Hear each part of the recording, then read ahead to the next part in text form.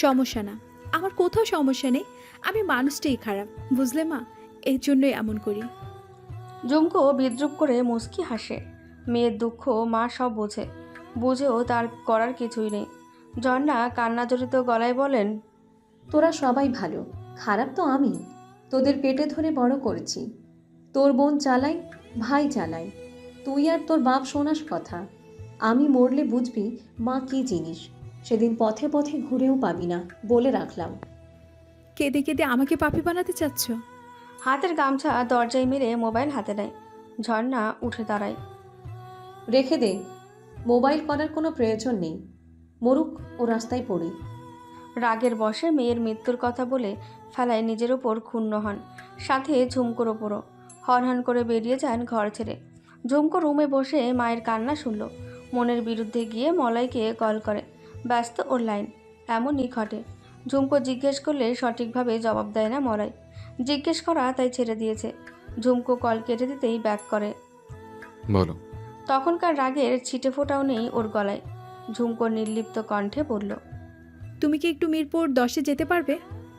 আমি ওদিকে আছি। কি হয়েছে? জবা দাঁড়িয়ে আছে, বাড়ি চলে আসতে চাইছে। তুমি কি গাড়িতে তুলে দিতে পারবে ওকে? হঠাৎ তোমার ফুপির পাশে না এসেছিলে? ঝামেলা হয়েছে কেন? ঝুমকোর কাছ থেকে সব ঘটনা শুনে মলয় বলল, ঠিক আছে, আমি গাড়িতে তুলে দেব। ঠিক আছে, ভালো থেকো, রাখছি।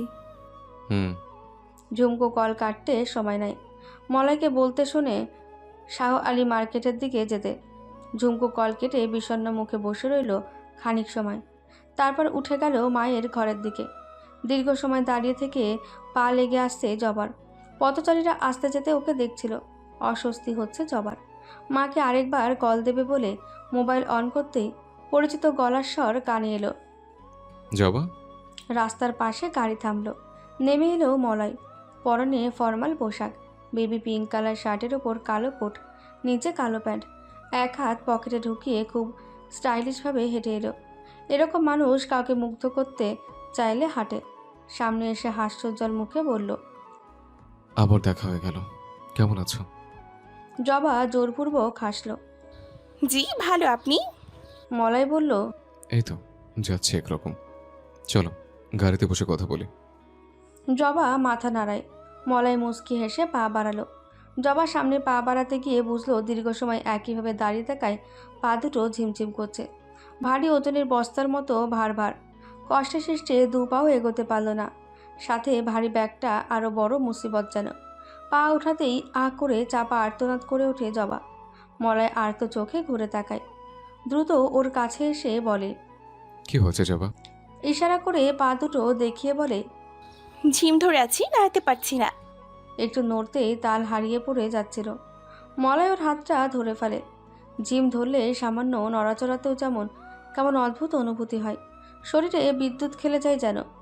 জবা নাকে কাঁদে। বেখেয়ালে মলয়ের বুকের কাছে শার্ট শক্ত করে ধরে বলে, কোথাও একটু বসলেই ঠিক হয়ে যাবে। বসবে কোথায় এখন? ওই তো সামনেই সিঁড়ির মতো জায়গা, চলুন। জবা পা উঠাতেই আবার শিষ্যরানির সাথে চাপ অনুভব করে। মলয় ওর কানের কাছে মুখ এনে চাপা স্বরে বলল, যা হবে প্লিজ, চিৎকার করো না। বলেই কোলে তুলে নেয়। মলয়ের এই দুঃসাহসে হতবিহ্বল জবা। মলয় ঝুঁকে ব্যাগটা এক হাতে নিতেই জবা ওর গলা দু হাতে জড়িয়ে বলে, এই কি করছেন, নামান আমাকে। জবার চিৎকার মলয়ের ভালো লাগা ম্লান করতে পারল না। এই প্রথম জবাকে এত কাছে পেলেও সে। এমন করে কাছে পাবে বলে কত রাত স্বপ্ন দেখেছে। নরম হাত দুটো জড়িয়ে আছে গলায়। আজকের পর এই হাত দুটো ওর হবে, একান্তই ওর। এই হাতে ছুঁয়ে দেখবে সর্বশরীর। জবা, মান সম্মান মেরো না প্লিজ, গাড়ির পর্যন্তই তো। আশেপাশের লোকজন এই সিনেমাটিক দৃশ্য উপভোগ করছে। লজ্জায় মিঙে গেল জবা। দাঁতে দাঁত পিষে বলে, নামান বলছি, নামান। রাগান্বিত চোখে তাকায় মলয়ের দিকে। মলয় মুখ মলিন করে নামিয়ে দিতেই জবা শক্ত হয়ে দাঁড়িয়ে থাকে। আস্তে করে ঝুঁকে পায়ের ওপরের পাতায় দু হাতে সজোরে খামচে ধরে। আস্তে আস্তে কমে আসে অসরতা। মলয়ের হাত থেকে ব্যাগটা নিয়ে জবা আগে এগিয়ে যায়, মলয় পিছনে। জবার ইচ্ছে করছে কষিয়ে চড় দিতে মলয়কে। এত বড় সাহস ওকে স্পর্শ করে। এর উচিত জবাব জবা দেবে। গাবতলি পৌঁছে জীবনের তলে ঘুচিয়ে দেবে এমন নিজ আচরণ করার স্বাদ। চোয়াল শক্ত হয়ে উঠেছে মলয়ের, দৃষ্টি কঠিন, ক্রোধে লজ্জায় মুখ লাল হয়ে আছে জবার। গাড়িতে বসে মোবাইল অন করে। মলয়ের হঠাৎ কি হলো ও হেসে উঠল। জবার দিকে সরে এসে বলল, কি দেখছো দেখি? মলয়ের আচরণে জবা বিব্রত, চকিত। কিছুক্ষণ আগে যা করেছে তা তো ক্ষমার অযোগ্য। নিরুপায় বলে চুপ থাকতে হচ্ছে জবাকে। সরে বসে মোবাইল অপর পাশে রেখে তপ্ত গলায় বলল, কিছু না। মুখ ঘুরিয়ে নিল। মলাই ঠোঁট বাঁকিয়ে হেসে চট করে সরে বসে। পকেট থেকে মোবাইল বের করে সাইলেন্ট করলো সবার আগে। জবার মুখে রাগ রাগ ভাব। পস্তাচ্ছে মলয়ের সাথে যাচ্ছে বলে। এই লোক এতটা অসভ্যতামি করবে জানলে সারা জীবন ওভাবে ওখানে দাঁড়িয়ে থাকতো। চুপচাপ সিটের দুপাশে মোবাইলে ব্যস্ত হয়ে পড়ল ওরা। অল্পক্ষণের মধ্যেই গাড়ি জ্যামে আটকা পড়ে। নকিব ড্রাইভিং সিটে বসে এদের দুজনের ঠোঁটের হাসি দেখছিল লুকিং গ্লাসে। জবার জন্য যতটা দুঃখ হচ্ছে, স্যারের ওপর ততটাই ঘৃণা জন্মায়। মলয়কে একসময় ভালো মানুষ ভাবত নকিব। বুয়া কতবার বুঝিয়েছে মলয় ভালো না, আজে বাজে জিনিস খায়। নকিব হেসে বলেছিল, টাকা থাকলে পুরুষ মানুষের বিলাসিতা বাড়ে, মদ হইল সে বিলাসিতা। বুয়া সামান্য অক্ষর জ্ঞান জানা সহজ সরল মেয়ে। নকিবের শত বুঝেও মদ খাওয়াকে সে বৈধ কিংবা ভালো কিছু মানতে নারাজ। এর মাসখানেক বাদে বুয়া কাজ ছেড়ে দিতে চাইল। কারণ জানতে চাইলে জানায়, মেয়ে লোক ঘরে আনতে শুরু করেছে মলয়। বুয়া এক সকালে কাজ করতে এসে দেখেছিল মেয়েটিকে। বয়সে সে মলয়ের চেয়ে ঢের বড়। তারপর আরেকদিন আরেকটা মেয়েকে দেখেছিল, তার বয়স কম। নকিব বুয়াকে মলয়ের বিয়ের ব্যাপারে জানায়নি। জানলে পায়ে ধরেও কাজে রাখা যেত না তাকে। বুয়া এখনও কাজ করে, তবে মলয় অফিস চলে যাওয়ার পর। নকিব সামান্য একজন ড্রাইভার। ইদানিং স্যারের সামনে কথা বলতেও ওর ভয় হয়। চুপ থাকায় শ্রেয় মনে করে। এই চাকরি করে তো গরিব বাপ মায়ের মুখে দুটো ভাত তুলে দিতে পারছে। স্যার রাগলে চাকরি নিয়ে টানাটানি বেঁধে যেতে পারে। সামনের গাড়িটা হর্ন বাজিয়ে এগিয়ে যেতেই নড়েচড়ে বসলো নকিব। জ্যাম ছেড়ে গাড়িগুলো পিঁপড়ের মতন সামনে চলছে। কিছু দূর এভাবে চলতেই পেছনের সিটে বসা জবা জিজ্ঞেস করলো, কতক্ষণ লাগবে গাবতলি পৌঁছাতে? গাবতলি? নকিবের ভ্রু কুঁচকে যায়। নকিব আরও কিছু বলবে তার আগেই মলয় বলল, আমরা গাবতলি যাচ্ছি না আজ। মানে? ঘুরে তাকায় মলয়ের দিকে জবা। মলয় হাতের মোবাইল উল্টো করে উড়ুর উপর রাখে। জবার মুখের দিকে তাকিয়ে বলল, মানে হলো তুমি এখন আমার সাথে বাসায় যাচ্ছ? কখনো না। অবশ্যই যাবে তুমি জবা, তোমাকে যেতেই হবে। মলয়ের কথা বলার ধরন ভালো ঠেকছে না জবার। খারাপ কিছুর আভাস পাচ্ছে, তবুও ভীত হওয়াটা বুঝতে দিল না।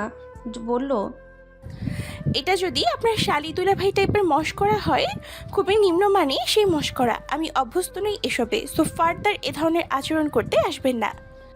মলয় চুপ করে হেসে মুখ নামিয়ে মোবাইলে ব্যস্ত হয়ে পড়ে। মলয়ের সাথে মোটেও কথা বলতে ইচ্ছে করছে না। ড্রাইভারের দিকে তাকাতে নকিব দৃষ্টি নামিয়ে নিল। কি করবে এখন? জ্যাম ছেড়েছে পুরোপুরি, গাড়ি ফুল স্পিডে চলছে। জবার মন অস্থির লাগছে। মলয়ের হাবভাব ভালো ঠেকছে না। কি করবে ভাবছেও। একবার ভাবলো নেমে যাবে এখানে। পরক্ষণে মনে পড়লো হাতে তেমন টাকাও নেই। তা না হয় বাড়ি থেকে বিকাশের মাধ্যমে নেবে, কিন্তু একা এই শহরে, তা আবার এই রাতে কি করে এক পাও নড়বে? চিন্তিত হয়। সত্যি, যদি গাবতলি না নিয়ে বাসার কাছে থামায়, জবা গাড়ি থেকে নামবে না, এভাবেই বসে থাকবে। জোর করতে আসলে চিৎকার করবে। সেটাতেও কাজ না হলে দৌড়ে চলে যাবে রাস্তায়, থানায় পৌঁছে যাবে, যেভাবেই হোক। মলয়ের দিকে তাকালেও আরেকবার। চুপচাপ মোবাইল টিপছে। একটু আগের মতো ভয় হচ্ছে না এখন ওকে দেখে। হাজার হোক আপন বোনের স্বামী, হয়তো দুষ্টুমি করেছে, খারাপ কিছু করবে না কখনো। জবা অযথায় খারাপ চিন্তা করে করে মাথা নষ্ট করছে। চ্যাট লিস্টে ওপেন করে এহসান লিখেছে, তুমি কি আমাকে সত্যি ভালোবাসো জবা? হ্যাঁ বাসি।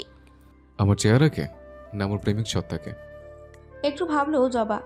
এই একটু সময়ে অতীত এক লহমায় স্মৃতির পাতায় উঠে এলো। সামনাসামনি দেখা হয়নি এহসানের সাথে, এমনকি ভিডিও কলেও না। হলে ভালো হতো, জবাবটা সহজে দিতে পারত। এহসানের মন খারাপ করতে চায় না জবা। সৌন্দর্যের দাসী মনকে পছন্দ করতে পারে, সেটাকে ভালোবাসা বলে না। জবা লিখল, তোমার চেহারার চেয়ে তোমার এই প্রেমিক মনটা কি আমার কাছে বেশি প্রিয় এহসান।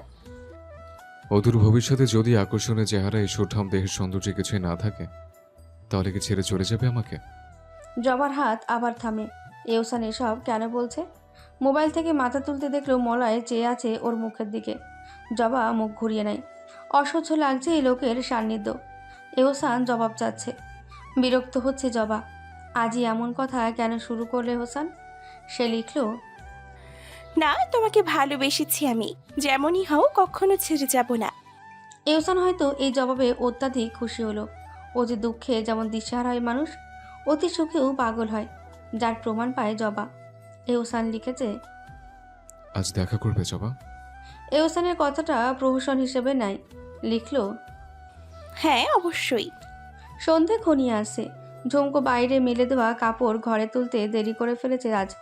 আজানের ধ্বনি শোনা মাত্রই উঠে বাইরে এলো। মা বলেছে এই সময়টা বাইরে আসতে না, আসরের পরপরই কাপড় তুলতে। ঝুমকো ভুলে গেছে। খুব ভুলছে আজকাল, কতকটা ইচ্ছাকৃত কতকটা অনিচ্ছায়। জবা ওর আপন বোন, হিংসা ঈর্ষা কোনোদিন করেনি ওকে দেখে। বড় বোন মায়ের সমান। ঝুমকো তাই হতে চেয়েছে জবা আর রনির। আজ তবে কেন এমন হচ্ছে? মলয়কে কেন বিশ্বাস করতে পারছে না? জবাকে গাড়িতে তোলার পর একটা কল অন্তত করতে পারত সে। জবাটাও কল ধরছে না। অনেক খারাপ চিন্তা মাথায় ঘুরপাক করতে লাগলো। কাপড়গুলো হাতে নিয়ে ঘরের বাইরের দিকে হাঁটছে। হঠাৎ একটা খড়কুটো চোখে বিঁধল। কিছুতেই বের করতে পারল না খড়কুটোটা। ভীষণ যন্ত্রণা দিচ্ছে, কাঁটার মতন খোঁচাচ্ছে ভেতরে। কাপড়গুলো রেখে চোখে ভালো করে পানির ঝাপটা দেয়। এভাবে পানি দিতে দিতে কুটোটা একদম কিনারে চলে আসে। ওনার এক কোণা শুরু করে আলগোচে টেনে নিয়ে আসে সেটা। খুব বড় কিছু নয়, তবুও কি আঘাত আর যন্ত্রণা দিল। চোখ নষ্ট হতেও পারত। তারপর পৃথিবীর এমন করে দেখা যেত না। জীবনেও কি এমন খড়কুটো থাকে? ঝুমকো ভাবতে লাগলো। মলয়ের অ্যাপার্টমেন্টের নিচে এসে গাড়ি থামায় নকিব। জবা ঘাড় ঘুরিয়ে আশপাশ দেখল। আবাসিক এরিয়া, সামনে দুটো অ্যাপার্টমেন্ট, মাঝের সরু জায়গায় 2-3 জন ছেলে মেয়ে ব্যাডমিন্টন খেলছে। ওরা এক পলক গাড়ির দিকে চেয়ে আবার নিজেদের খেলায় মনোনিবেশ করে। প্রায় প্রতিটি ঘরে লাইট জ্বলছে, কিন্তু শোরগোলবিহীন পরিবেশ। হেডলাইটের আলোয় উজ্জ্বল রাস্তাটাও তেমনি ফাঁকা। জবা শক্ত হয়ে বসে আছে। মলয় যা বলেছে মিথ্যে নয়, মজা নয়। সত্যি সত্যি সে গাড়ি গাবতলি নেয়নি। নিজের পরবর্তী পদক্ষেপের জন্য প্রস্তুতি নেয় জবা। মলয় গাড়ির দরজার হাতলে হাত রেখে ঘুরে তাকায় জবার দিকে। ঠোঁটের কোণে চিলটে হাসি। জবা ঘাড় গুঁজে বসে আছে। কোনো দিকে না তাকিয়ে টের পাচ্ছে মলয় ওকে দেখছে। ওই চাহনি জবার পরিচিত। শরীর রিড়ি করে ওঠে। মলয় বিনীতভাবে বলল, নামো। জবা নিরুত্তর। মলয় পুনরায় বলল, নামবে না? জবা মাথা নাড়ায়। মলয় শব্দ করে শ্বাস টেনে স্মিত হাসি হাসে। হঠাৎই হাসি থামিয়ে নকিবকে উদ্দেশ্য করে বলল, নকিব, তুমি নেমে দাঁড়াও। জবা ভীত চোখে নকিবের দিকে তাকায়। নকিব নড়তে পারে না।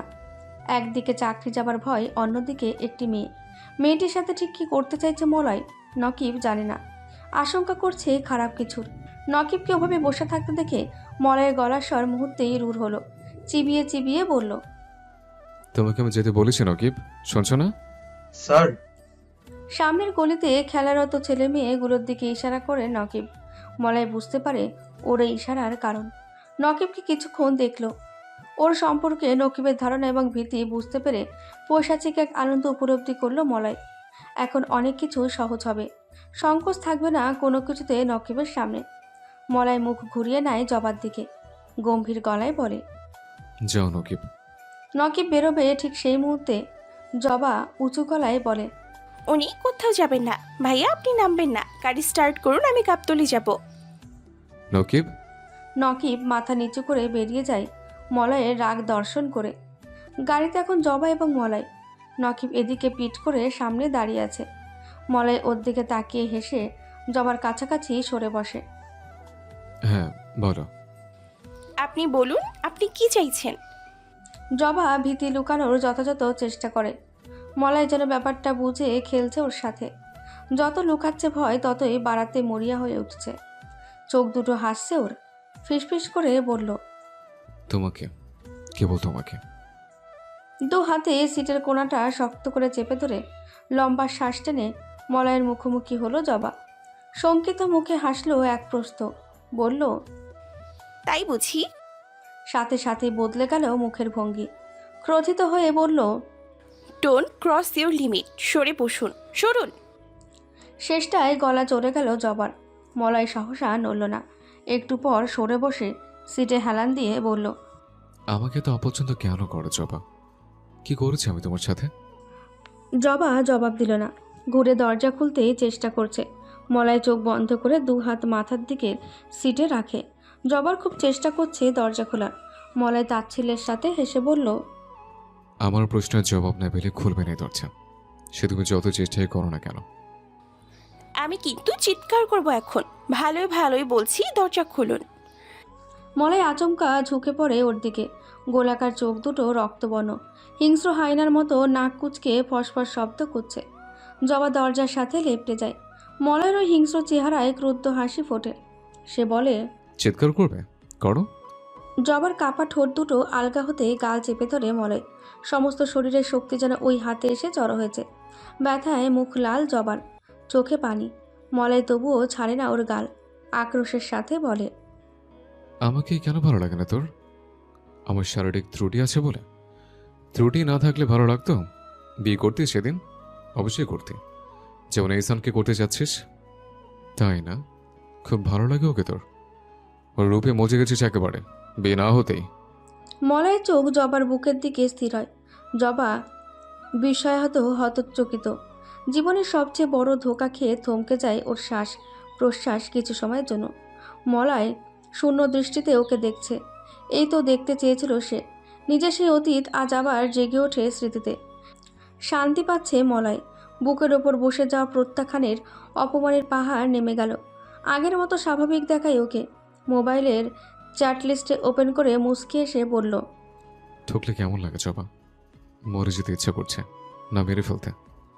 আমার কিন্তু দুটোই হচ্ছিল বিয়ের দিন রাতে। বহু কষ্টে বেঁচেছিল মনে একদিন। আস্তে আস্তে তোমার দু আঘাত শুকিয়ে গেল, কিন্তু ক্ষতটা বিশ্রীভাবে বসে গেল। চোখের সামনে পড়তে সময় অসময় দেখলে ছটফট করতাম, কিছুতেই শান্তি হতো না। এই শান্তির খোঁজে আজ আমি বকে গেছি জানো। এক ক্ষত বলতে হাজারটা ক্ষতে ভরিয়ে তুলেছে আমার জীবন, তবুও তোমাকে মাথা থেকে সরাতে পারিনি।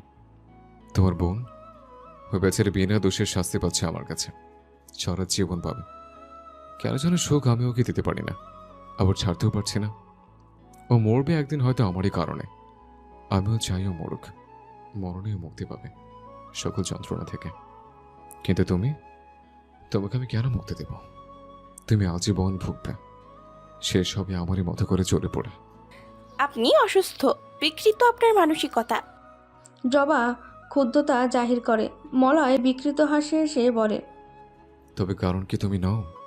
না, আমি নই। আপনি প্রকৃতপক্ষে একজন অসুস্থ মানসিকতার মানুষ ছিলেন। আমার ওই প্রত্যাখ্যানে সেটা প্রকাশ হয়েছে। জবার গলা কাঁপতে থাকে। মলয় বলল, ঠিক আছে, ধরে নিলাম আমি তাই। এখন চলো আমার সাথে। কখনো না। আপনার মতো নিজ বিকৃত মানসিকতার লোকের সাথে কোথাও যাব না আমি।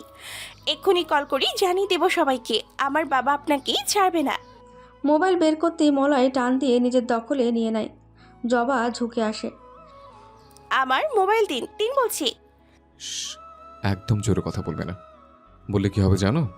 নিজের হাতের মোবাইলের গ্যালারি ওপেন করে জবার দেওয়া কিছু খোলামেলা ছবি, অ্যাডাল্ট কথোপকথনের স্ক্রিনশট দেখায়। এগুলো এহসানকে দিয়েছিল এহসানের কথাতে।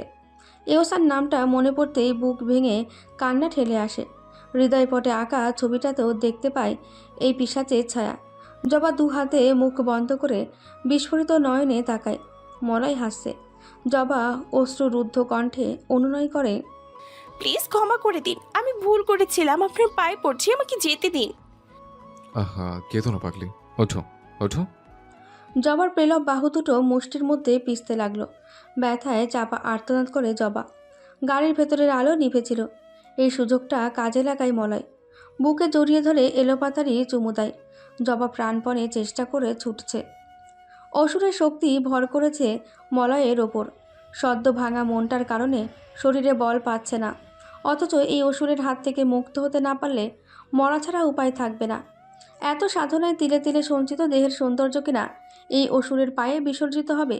হঠাৎ কি মনে করে মলয় থেমে যায়। জবার মনে হলে এই মাত্র কালবৈশাখীর ভয়ানক তাণ্ডব থামল। নিচের ঠোঁট কামড়ে হাতে থাকা জবার ওড়নাটা এগিয়ে দেয়।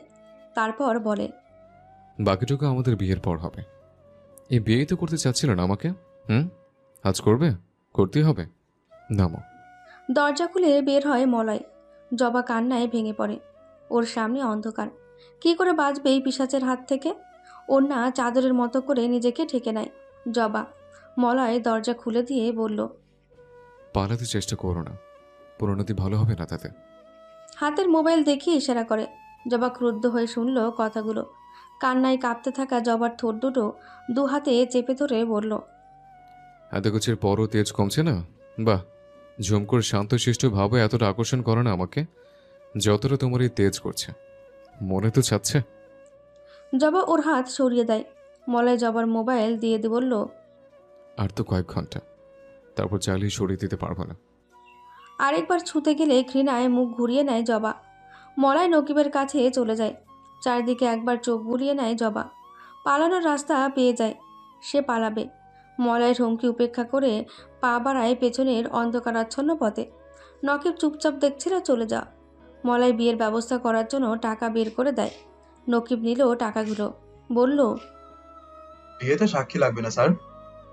মলয় বলল, ও হ্যাঁ, ভুলে গিয়েছিলাম। তোমার পরিচিত কেউ থাকলে নিয়ে এসো, যাও তাড়াতাড়ি।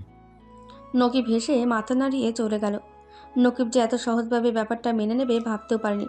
মলয় হাঁপ ছেড়ে পেছনে ঘুরতেই ক্ষিপ্ত হয়ে ছুটে এদিক ওদিক জবাকে খুঁজতে লাগলো। ওকে এমন করে ছুটোছুটি করতে দেখে সামনের গলির ছেলেমেয়েগুলো বিস্মিত। একজন গলা চড়িয়ে বলল, আঙ্কেল কি হইতে? মলয় চট করে সোজা হয়ে দাঁড়ায়। অনিচ্ছাকৃত হাসি এসে বলল, তেমন কিছু না, খেলো তোমরা। মাথা নিচু করে তাড়াতাড়ি লিফটের দিকে গেল মলয়। মোবাইল অন করে কল করতে লাগলো জবাকে। জানে ও ধরবে না। টেক্সট করে, ফিরে এসো যাবা, নয়তো মুখ দেখানো উপায় থাকবে না তোমার। রিপ্লাইয়ের অপেক্ষায় সময় অতিবাহিত হয়, কিন্তু ও রিপ্লাই আর আসে না। রাগে গজগজ করে রুমে ঢুকে জিনিসপত্র ভাঙচুর করতে শুরু করে। কোথায় যাচ্ছে জবার জানা নেই, শুধু জানে থামলে চলবে না। মুঠোর মধ্যে পুরো বিশ্ব, কিন্তু বড্ড অসহায়। কাউকে জানাতে পারে না কি নিদারুণভাবে কষ্ট পেয়েছে। মা বাবা এমনকি ঝুমকো কেউ না। কি বলবে? মলয় যে ওরই ভগ্নিপতি। সে এতদিন এহুসান সেজে প্রতারণা করেছে, আর আজ ছিল তাহানির চেষ্টা। মলয়কে ছেড়ে পালিয়ে যাওয়াতে এতদিন দুঃখবোধ করত, আজ মনে হচ্ছে ভালো হয়েছে সেদিন বিয়ে করেনি এই পিশাচকে। কিন্তু ঝুমকো, ও যখন মলয়ের সত্যিটা জানবে কি হবে ওর? বোনের জন্য চোখের পানি অগাধে গড়ায়। শুনশান অচেনা গলি, দুদিকে সুউচ্চ দালান। জবা দিশাহীন হেঁটে চলেছে। এওসান নয়, সে মলয়ের সাথে এতদিন প্রেম করেছে। ভেতরে ভেতরে রাগে ফেটে পড়ে। সৌন্দর্যের মুহে পড়ে বোকামি করেছে। রাস্তার এক করে মুখ চেপে বসে পড়ে। চিৎকার করে কাঁদতে ইচ্ছে করছে। আজ সে উপায়ও ওর নেই। মলয়ের হুমকিতে ভয় পেয়েছিল, কিন্তু সাহস হারায়নি। মলয় যা বলেছে তাই যদি করে করুক, দরকার পড়লে মরে যাবে, তবুও মলয়কে বিয়ে করবে না। অনেকক্ষণ ওভাবে বসে কাঁদছিল জবা। তারপর চোখ মুছে উঠে দাঁড়ায়, এগিয়ে যায় সামনে। কাউকে দেখলে লুকিয়ে পড়ে। দুই পায়ের জিভকে বিশ্বাস করতে পারছে না, আর হাঁটছে আর ভাবছে একটা পথ ওকে বের করতে হবে। এই রাতের ঘটনা মুছে যাবে, নিশ্চিহ্ন হয়ে যাবে এমন একটা উপায় খুঁজে মনে মনে। গলা কাঁধ ভীষণভাবে জ্বলছে। সামনের হেডলাইটের আলোয় মোবাইলের ক্যামেরার গলা, কাঁধে কামড় ও আঁচড়ের দাগ, গালের দুপাশে লালচে দাগ দেখতে পায়। ভালোভাবে অন্যায় ঢেকে আড়াল করে দাগগুলো। আবার হাঁটতে শুরু করে। পা ধরে আসে তবুও থামে না। পথ ভুল করে, নিরাশ হয়ে আবার ঘুরে দাঁড়ায়। এমনি করতে করতে একসময় মেন রাস্তায় এসে পৌঁছে যায় জবা। সামনের দোকানের ওপর টানানো সাইনবোর্ড থেকে জায়গাটার নাম দেখে নিল। হাতের মোবাইলটা আবার অন করে। রাত 2টো বাজতে চলেছে। মেয়েদের জন্য এই শহরের দিন রাত্রি নিরাপদ নয়। এক হায়েনার হাত থেকে বেঁচে এসেছে। একা এইভাবে দাঁড়িয়ে থাকলে এমন আরও হায়েনার ভোগের বস্তু হতে হবে। নিজেকে কিছুটা আপডালে নিয়ে এলো। অল্প সময়, কিছু একটা করতে হবে জবাকে। এমন কিছু যেন কাকপক্ষিতে টের না পায় মলয়ের দেওয়া দাগের অস্তিত্ব। মলয়ের হাত থেকে বাঁচতে হলে, এই বিপদ থেকে বাঁচতে হলে একটাই উপায় পেল। লালিত সকল স্বপ্ন স্বাদ ত্যাগ করে কল করলো মৃদুলকে। সর্বশরীর কাঁপছে জবার। রাত জেগে মুভি দেখছিল Mridul. Games of Thrones. Daenerys Targaryen চরিত্র অভিনয় করা এমিলি ক্লার্ককে দেখে জবার কথা মনে পড়ছে বারবার মৃদুলের। সেদিন ঘুমন্ত জবার মুখের দিকে মন্ত্রমুগ্ধের মতো চেয়েছিল। খুব টানছিল ওর কোমল পদ্মফুলের মতন ঠোঁট দুটো। ঝুঁকেছিল, কিন্তু কিছু করার আগেই সামলে নিয়েছিল নিজেকে। শুনেছে জবার বিয়ের জন্য ছেলে খুঁজছে।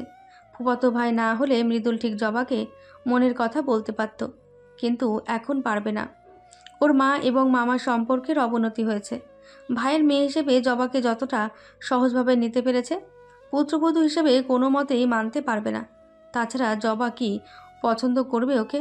কথা বললেই ঝগড়া হয় ওদের। আবার দেখতেও সে কালো। জবার পছন্দের লিস্টে তার এই রঙটা অগ্রহণযোগ্য। মনের কথা বলতে গেলে অপমান করতে বাধবে না জবার। দীর্ঘশ্বাস ছেড়ে ল্যাপটপ বন্ধ করে রাখে। মুড চলে গেছে মুভি দেখার। এমন সময় মোবাইলের রিংটং বেজে ওঠে। মোবাইলের স্ক্রিনে তাকাতেই অবাক হয়। মিনিট দুয়ের মধ্যে কোনো মতে শার্ট গায়ে দিয়ে বাইকের চাবি হাতে রুম থেকে বেরিয়ে গেল। ঘরের দরজা অমনি রইল ভেজানো। বাইক সর্বোচ্চ গতিতে চালিয়ে চলে এলো জবার বলা স্থানে মৃদুল। রাস্তা ফাঁকা, জনমানবের চিহ্নও নেই। বাইক দাঁড় করে ফুটপাতে উঠে এলো। জবার নাম ধরে ডাকলো নিচু গলায়। তারপরই জবাকে দেখতে পায় পাশের দোকানের পেছনের অন্ধকারাচ্ছন্ন স্থান থেকে বেরিয়ে আসতে। ছুটে এসে জড়িয়ে ধরল মৃদুলকে সে।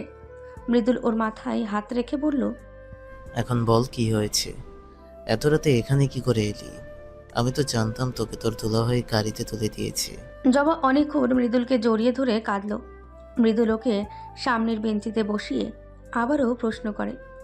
জবা ফুপাতে ফুপাতে বলে, আমি যাইনি মলয়ের সাথে।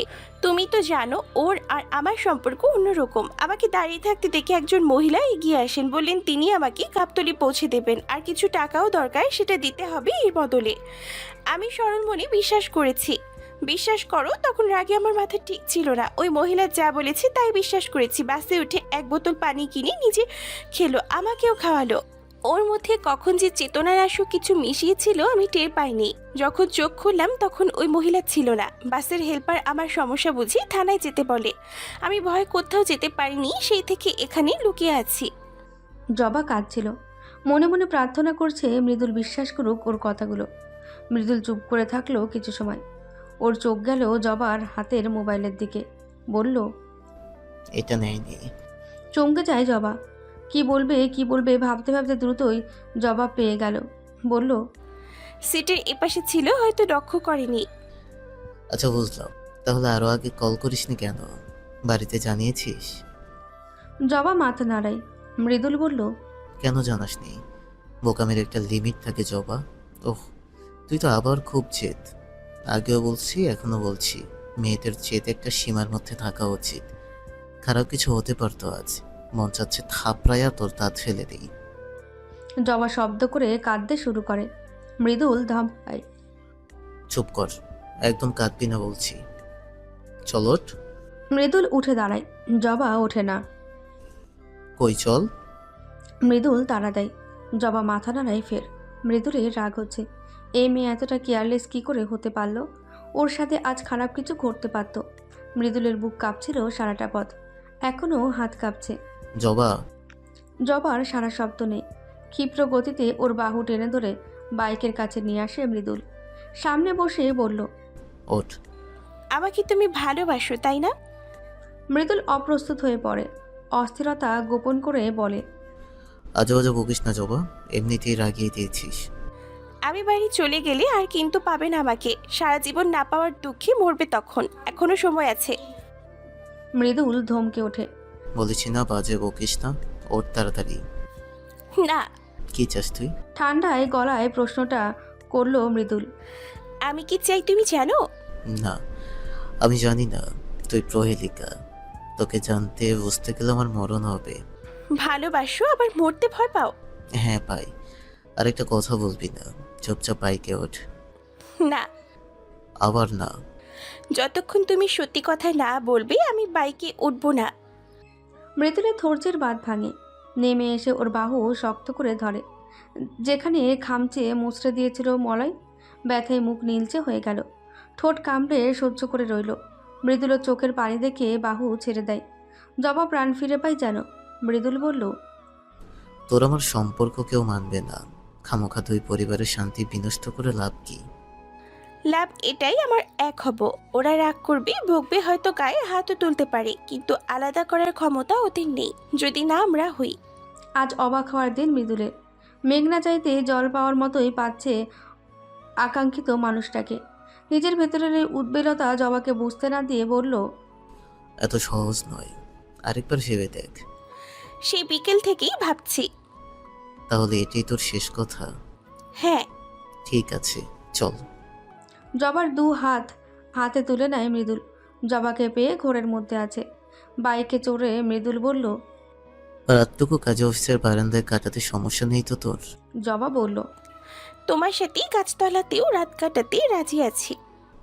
ভালো করে জড়িয়ে ধরিস, মনে রাখিস, আর কিন্তু আলাদা হওয়ার চান্স পাবি না। জবা আর কথা বলতে পারছে না। অবশ হয়ে আসছে দেহ মন। দু হাতে জড়িয়ে ধরে মৃদুলের পিঠে মাথা রাখে। আনন্দে আত্মহারা আজ মৃদুল। নিস্তব্ধতা ভেঙে এগিয়ে যায় আগামীর পথে ওদের বাহন। জবা মৃদুলের বিয়ের খবর ঢাকা ছড়িয়ে কলতলি পৌঁছেছে। রফিক শেখ রেগেমেগে আগুন হয়ে আছেন। জবার সাহস স্পর্ধা তাকে জড়পরনায় ব্যথিত ক্রোধিত করেছে। মেয়ের বাপ হওয়ার সৌভাগ্যে আপন বোন মনোয়ারা যা নয় তাই বলে অপমানিত করেছে তাকে। এই মনোয়ারাকে তিনি ছোট থেকেই কোলে পিঠে করে বড় করেছেন, লেখাপড়া শিখিয়েছেন, বিয়েটাও তিনি দিয়েছিলেন। আজ সব ভুলে গেছে মনোয়ারা। ঢাকায় এত বড় বাড়ির গৃহকর্ত্রী, ব্যাংকে অঢেল টাকা, জমি জমাও কম নয়। যার এত আছে সে কি মধ্যবিত্ত ভাইটিকে পছন্দ করবে? প্রত্যেক জমি জমা নিয়ে ছোট এবং মেজ ভাইয়ের সাথে তাল মিলিয়ে রফিক সাহেবকে কটু কথা শুনিয়েছিল একদিন। রফিক সাহেব নির্ঝঞ্ঝাট মানুষ, কিন্তু শিক্ষিত বড়লোক ভাই বোনদের অপমান তিনি সহ্য করতে পারেনি। ওরা যা চেয়েছে সব দিয়ে দিয়েছে নীরবে। ঝর্ণা এ নিয়ে খুব রেগেছিল। ছেলেটাকে মানুষ করতে অর্থের প্রয়োজন হবে। দুটো মেয়ের মধ্যে ঝুমকোর না হয় বিয়ে হয়েছে, কিন্তু জবাটার বিয়েতেও তো খরচাপাতি যোগ করতে হবে। জমিজমা বলতে আছেই তাদের সামান্য কখানা। ব্যবসা ভালো যাচ্ছে না। রফিক সাহেবের পৈতৃক সম্পত্তি যা ছিল তার একটা বড় অংশ ভাই বোনেদের পড়াশোনা বিয়ে দিতেই বিক্রি করতে হয়েছিল। যা ছিল তার রফিক সাহেবের ভাগ্যের, কিন্তু গায়ের জোরে মুখের জোরে ওরা সব নিয়ে গেল। তবুও চুপ ছিলেন তিনি। মনের কষ্ট গোপনে লুকিয়ে রেখেছিলেন। আজকাল মোটেও লুকানো সম্ভব হয় না। জবাকে বড্ড ভালোবাসতেন রফিক সাহেব।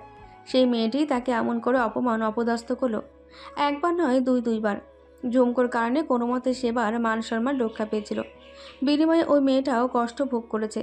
জামাতাকে নিয়ে শ্বশুরদের কত খায়েশ থাকে। রফিক সাহেবও ছিল, কিন্তু দুর্ভাগ্যবশত জামাতা বিয়ের পর থেকে আজ অবধি আব্বা বলে ডাকা তো দূরের কথা, একটা ফোন কলও করেনি। নিজ থেকে কয়েকবার করলেও কেমন ছাড়াছাড়াভাবে কথা বলে কল কেটে দিত মলয়। রফিক সাহেব তবুও চুপ থাকেন। ঝুমকো সুখে থাকুক এইটুকুই তার চাওয়া। ইদানিং মেয়ের মুখটা দেখলে তাকিয়ে থাকেন। কেমন যেন হয়ে যাচ্ছে ও। ঠিকমতো কথা বলে না, মুখ লুকিয়ে থাকে তার কাছ থেকে।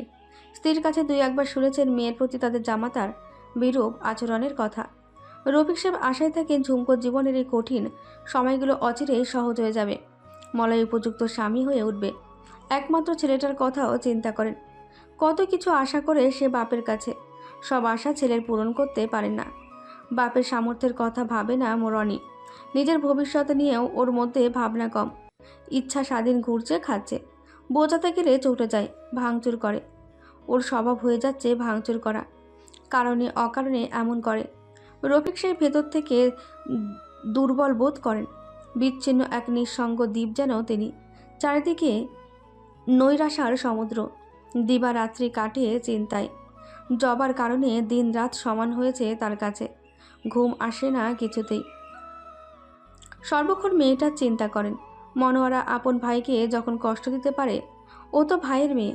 জবাকে বলেছিলেন চলে আসতে, জবা আসেনি।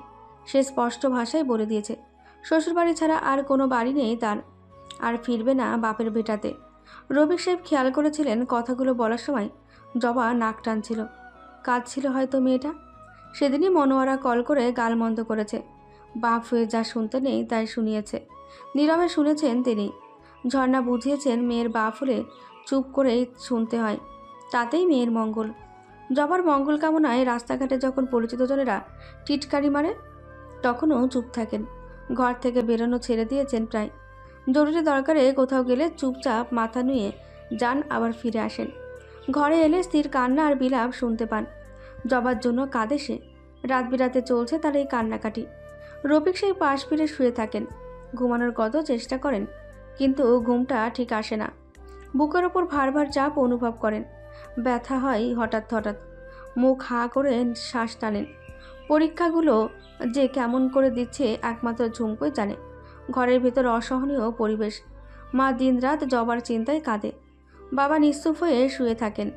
মুখে তার রাজ্যের চিন্তা। হবেও বা না কেন? এক মেয়ের স্বামী থেকেও নেই। বিয়ের আগের মতোই মেয়ের সকল খরচ তাকে টানতে হচ্ছে। ঝুমকো জানে তাতেও ওর আব্বার কষ্ট নেই। কষ্ট তিনি মলয়ের উদাসীনতায় পান। ঝুমকো ভালোভাবে মলয়ের সম্পর্কে অবগত। মলয় ওর পরিবারকে পছন্দ করে না। এতদিনে এটাও সবাই বুঝে গেছে। জবাকে নিয়ে আজকাল কঠিন সময় যাচ্ছে ওদের। জবারা যে আচমকা এমন একটা কাণ্ড ঘটিয়ে ফেলবে ভাবতেই পারেনি ঝুমকো। যদিও কাণ্ড সে এর আগেও ঘটিয়েছে, কিন্তু মৃদুলকে বিয়ের ব্যাপারটা যেন কিছুতেই হজম হচ্ছে না। কল করেছিল জবাকে ঝুমকো, কল কেটে দিয়েছে, পরে ব্লকও দিয়েছে। জবার এই পরিবর্তন ঝুমকোকে ভাবাচ্ছে খুব। এত কিছুর মাঝে স্বাভাবিক কেবল রনি। যখন যা চায় তাই দিতে হবে তাকে। ঘরের অবস্থা, বাপ মায়ের মানসিক অবস্থা দেখার সময় নেই ওর। ঘরের কাজকর্ম সেরে বই নিয়ে দুপুরের দিকে বসেছিল একটু। এমন সময় রনি এসে চিৎকার শুরু করে দিল। ঝুমকো দরজায় দাঁড়িয়ে বলল, কি হয়েছে রনি? এমন করে চেঁচাচ্ছিস কেন তুই? রনি বোনের কথার জবাব না দিয়ে মাকে উঁচু গলায় ডাকছে। ঝুমকো ওর সামনে এসে দাঁড়ায়। রনি, গলা স্বর নিচু কর। তোর সাথে কথা বলছি না, মাঝখানে আসিস না, ভালো হবে না। ভাইয়ের এহেন আচরণে ব্যথিত হয় যেমন রাগও হয়। রনির হাত ধরে বলে, তুই আমাকে চোখ দেখাচ্ছিস রনি? মাঝখানে আসলে কি হবে বল? মারবি আমাকে? মা বাইরে আসতো না কেন? শালার মেজাজটাই গরম করে দিচ্ছে সবাই। টেবিলে রাখা পানির জগটা আছড়ে ফেলে দিতেই ফ্লোরে পানি ছিটকে গেল। ঝুমকোর সহ্যের বাঁধ ভাঙে। এগিয়ে গিয়ে ভাইকে চড় দেয়। দু হাতে কিল থাপ্পড় মারতে মারতে বলে, বাপ মায়ের চিন্তায় মরে, আর তুই গুন্ডামিগিরি শুরু করেছিস? হ্যাঁ, বড় বোনকে ভয় দেখাচ্ছিস? এত সাহস হয়েছে তোর? মার আমাকে, মার। আমিও দেখি আমার মায়ের পেটের ছোট ভাই কি করে আমাকে মারে। মার। দাঁত কামড়ে কান্না রুখে চুপচাপ মার খায় রনি। তারপর সরে গিয়ে ডাইনিং টেবিল উল্টো করে ফেলে চিৎকার করে, গায়ে হাত দিবি না, খালি ওই পারিস। কোনোদিন দিয়েছিস কিছু কিনে? মলয় এত এত টাকা ইনকাম করে, শালা হিসেবে আমাকে কোনোদিন কিছু দিয়েছে? আমার বন্ধুদের দুলাভাইয়েরা কত কি দেয়। ওরা আমাকে জিজ্ঞাসা করে, কিরে তোর দুলাভাই তোকে কিছু দেয় না? আরও কী সব বলে, তুই তো জানিস না। সামান্য একটা বাইক কিনে দেওয়ার মুরত তোদের নেই, আবার গায়ে হাত তুলিস। থাকবই না শালা এই বাড়ি। তোর বাপরে বলিস সব ভাই বোনদের যেন দিয়ে দেয়। আমি রাস্তাঘাটে মরে পড়ে থাকলেও লাশ নিতে যাবি না তোরা। রনি সামনের টুলটা লাঠি দিয়ে দূরে সরিয়ে হনহন করে বাইরে চলে যায়। 18 বছর বয়স নাকি ভয়ঙ্কর হয়, ঝুমকো আজ বুঝলে এর অর্থ। ক্লাস 7-এ থাকাকালীন বয়স সন্ধি বিষয়ে পড়েছিল। কিছুটা তারও আছর বলা চলে। সব কিছু ওদের চাওয়া মাত্রই পেতে হবে। না শব্দে তেজে ওঠে। ক্রোধ দমন করতে ভীষণ বেগ পেতে হয়। রনি পারেনি নিজে ক্রোধ দমন করতে। একটু একটু করে বড় হচ্ছে ওর চাওয়া পাওয়ার লিস্ট। ও বোঝে না সবার কাছে সব কিছু আশা করতে নেই। আদতে যাকে আপন মনে হয় সে তা নাও হতে পারে। এই যে মলয়, সে কি কোনোদিন খেয়াল করেছে রনিকে? রনি আজ পর্যন্ত বাপ মা ছাড়া কারো কাছে চায়নি। ও বুঝতে শিখেছে দেওয়ার মতো এই 4 জনই ওর আছে। বোন দুটো বেকার। আর যদি ঝুমকো কিছু করতে পারত, তবে রনিকে নিজের মতো করে শান্ত করত, বোঝাতো। এখন সেটা পারছে না। ঝুমকোর মনে হলো কিছু করা দরকার। নিজের বলা যাবে এমন কিছু আর্ন করতে হবে ওকে। আর কারোর জন্য না হলেও নিজের জন্য। বাপ মা এবং এই ভাইটির দুঃখ দূর করতে। ওদের বাবা রফিক সাহেবের আর্থিক মানসিক অবস্থা ভালো যাচ্ছে না। জমি জমা ছিল, যা ছিল তার সবই ওর ফুপি কাকারা ভাগ বাটোয়ারা করে নিয়েছে। এদিক দিয়েও আক্ষেপ রয়েছে রনির। রনিকে রাগ দিয়ে নয়, ঠান্ডা মাথায় বোঝাতে হবে। কতটুকু সফল হবে তার নিশ্চয়তা নেই। নিচের ফ্লোর পানিতে ভেসে যাচ্ছে। দ্রুত জায়গাটা মুছতে হবে। উল্টো পড়ে থাকা ডাইনিং উঠিয়ে আগের মতো করে সাজিয়ে রাখতে হবে যত তাড়াতাড়ি সম্ভব। ওর মা বাবা গেছে অমরদের বাড়ি। অমরের মায়ের শরীর ভালো না। একমাত্র ছেলে, সেও পড়ে আছে দুর্দেশে। চিন্তায় চিন্তায় অসুস্থ হয়ে পড়েছেন। ঝুমকো আগামীকাল যাবে ও একসময় তাকে দেখতে।